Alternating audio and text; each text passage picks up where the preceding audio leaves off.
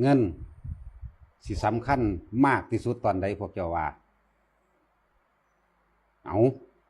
ตัดสินเงินสำคัญมากที่สุดตอนใดเอาตอนมันบ่มีบ่ได้เกี่ยวกันป่วยบ่ป่วยนั่นน่ะเงินที่สำคัญมากที่สุดตอนมันบ่มีเด้อตอนมันมีอยู่นั่นน่ะบ่ได้สำคัญจักว่าล่ะเป็นจังซั่นดิ้นรนหาเด้ตอนมันบ่มีเนาะเงินวันนี้สำคัญมากที่สุดในการปฏิบัติธรรมคือหยังพวกเจ้าว่าสติสตินี่สำคัญมากที่สุดในการปฏิบัติธรรมในการควบคุมตัวเองคือเงินนั่นแหละเงินมันสิสำคัญมากที่สุดตอนมันบ่มีนั่นเองจื้อให้ได้วันนี้ตอนป่วยนั่นมันบ่แม่นเด้ก็มันมีอยู่แล้วมันบ่ได้สำคัญได้เงินตอนป่วยมันก็มันไปโลดแม่นบ่ก็ตอนมันบ่มีนี่ติ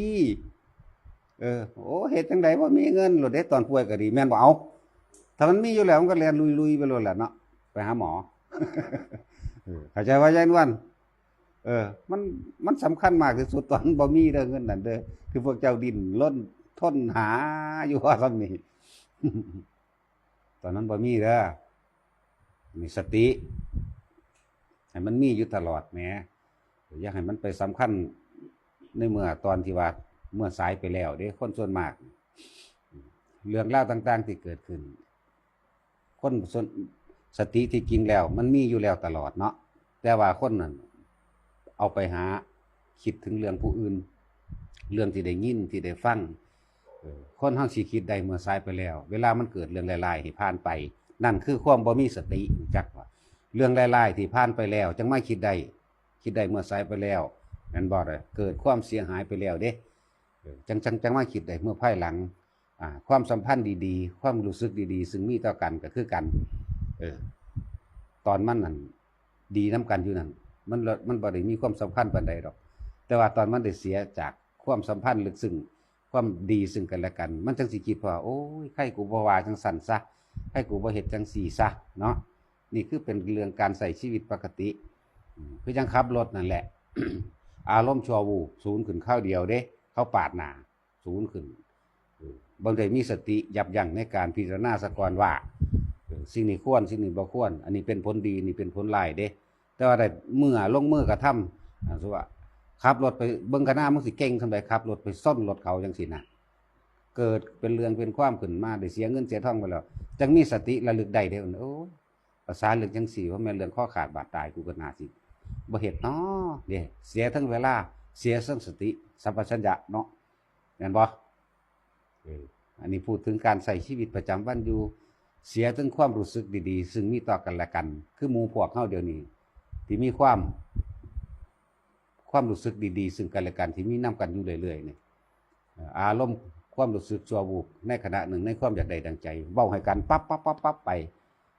ถ้ามันได้เสียความรู้สึกดีๆซึ่งมีต่อกันไปแล้วปุ๊บมันเข้าหน้ากันบ่ได้ทั้งที่อยากมาดิจักว่าล่ะ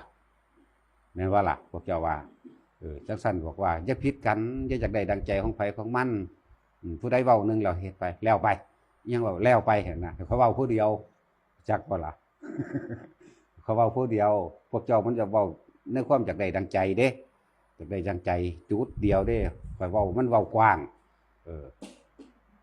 เว้าเพื่อหยังเพื่อประสานสมานมิตรซึ่งกันและกันเพื่อให้ลงตัวกันให้อยู่นำกันก็ยังว่าฮักกันคือจังแขนขาอวัยวะเดียวกัน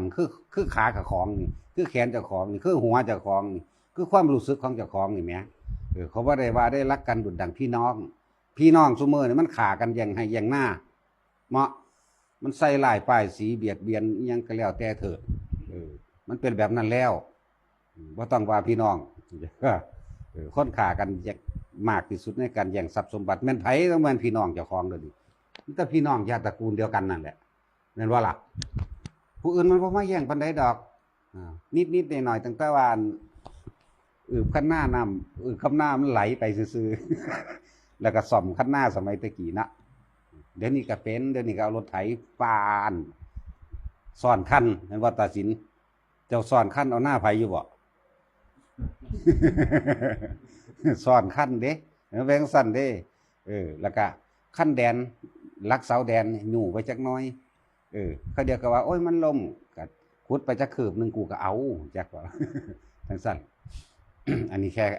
หน้าไก่กันซึ่งบ่แม่นญาติพี่น้องแต่ว่าเรื่องญาติพี่น้องแย่งเอาเบิดแผ่นดินเด้อยากได้ก็อยากได้เป็นไรโลดนะเป็นไร2ไร3ไรเป็นเฮือนเป็นซ่านไปโลดเด้จึงว่าบ่ต้องไปหักกันดุดดังพี่น้องดอกหักกันดุดดังแขนขาอวัยวะของเจ้าของสิบ่ดีกว่าบ่แม่นบ่ล่ะผู้ใดจะกล้าเอามีดแทงเจ้าของเนาะก็จังซั่นแหละแต่ถ้ามันมีความรู้สึกแบบนี้เดียวกันแล้วมันก็บ่เป็นเท่านั้นแหละและจังว่าสติสำคัญที่สุดในการดำรงชีวิตเบิดทั้งทางโลกและทางธรรมนั่นเองถือว่าให้ความสำคัญในสติเป็นสัมมาสติบ่แม่นมิจฉาสติ คิดก่อนที่ลงมือทำก่อนที่ปากเว้าอิหยังก็แล้วแต่คิดถึงผลใดผลเสียซะก่อนเรื่องใดมันเป็นเรื่องข้อขาดบาดตายบ่ได้เสียหายชีวิตทรัพย์สินนั่นน่ะก็สร้างมัน